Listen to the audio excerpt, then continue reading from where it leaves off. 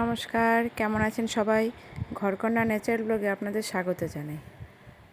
আমি আজ এক জায়গায় যাচ্ছি, এক জায়গায় মানে একটা মন্দিরে যাচ্ছি। আজ লোকনাথ পুজো, তাই ভাবলাম একটু কাছাকাছি একটা মন্দির আছে, মেয়েকে মাকে নিয়ে একটু ঘুরে আসি। দেখা যাক, দেখতে থাকুন। তারপরে মন্দিরটা কীরকম, আমরা কীরকম আনন্দ করেছি।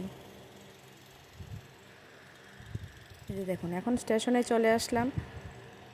এটা সোদপুর স্টেশন। আগরপাড়া থেকে সোদপুর আসলাম, এসে আমরা আবার বাস ধরে লোকনাথ মন্দিরে চলে আসলাম।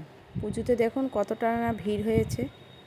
লোকনাথ পুজো বলে কথা, ভিড় তো হবেই। পুজো টুজোতে একটু জাঁকজমক না হলেও ভালো লাগে না। প্রচণ্ড ভিড় ছিল, আমাদেরকে লাইনে দাঁড়িয়েই পুজো দিতে হলো।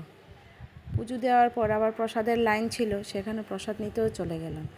লাইন ধরে প্রসাদ নেওয়ার মজাটাই আলাদা, তাই আমরা লাইনেও দাঁড়িয়ে পড়লাম। এখানে কে ছোট কে বড় তার কোনো ভেদাভেদ নেই। দেখুন কত মানুষ একসঙ্গে বসে দাঁড়িয়ে লাইন ধরেছে, এখন আবার বসে প্রসাদ খাচ্ছে। আমরাও তাই ওইখানে লাইন ধরে প্রসাদ খেলাম। কি অমৃতই না প্রসাদ, প্রসাদ মানেই তো তাই। এখানে আবার একটু মেয়ে ছবি তুলে নিচ্ছে। তারপরে ওইখান থেকে চলে আসলাম, এসে একটু বিশ্রাম করে বিকালে আবার আমারই এক বান্ধবী বলুন, ওর বাড়িতে পুজো ছিল।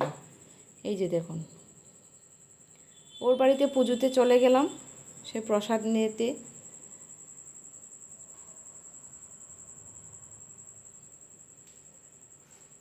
আমরা এখানে একটু বসেছিলাম, কারণ লোকজন তো ছিল, আমাদেরকে একটু বসতে বললো। আমরা বসলাম। প্রথমে গিয়েই তো সঙ্গে সঙ্গে প্রসাদ নেওয়া যায় না, দেখতেও বাজে লাগে। আর নেবই বা কেন, অন্যরা এসছে, তাদেরকেও তো দিতে হবে, আমরাই তো শুধু একা নই। একটু বসলাম, বসার পরেই আমাদেরকে আবার ডেকে দিল প্রসাদ নেওয়ার জন্য।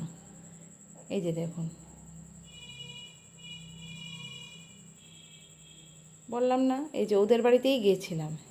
এ আমার সঙ্গে কাজ করে, আবার আমার বান্ধবীও বলতে পারেন।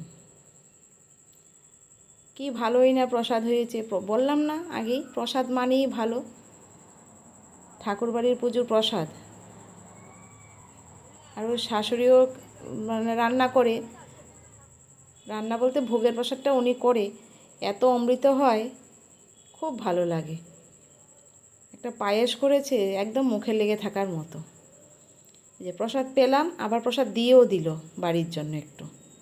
আজ তাহলে এই পর্যন্তই, দেখা হবে আবার পরের নেক্সট কোনো ভিডিওতে। ভিডিওটি ভালো লাগলে একটু লাইক কমেন্ট শেয়ার করে দেবেন।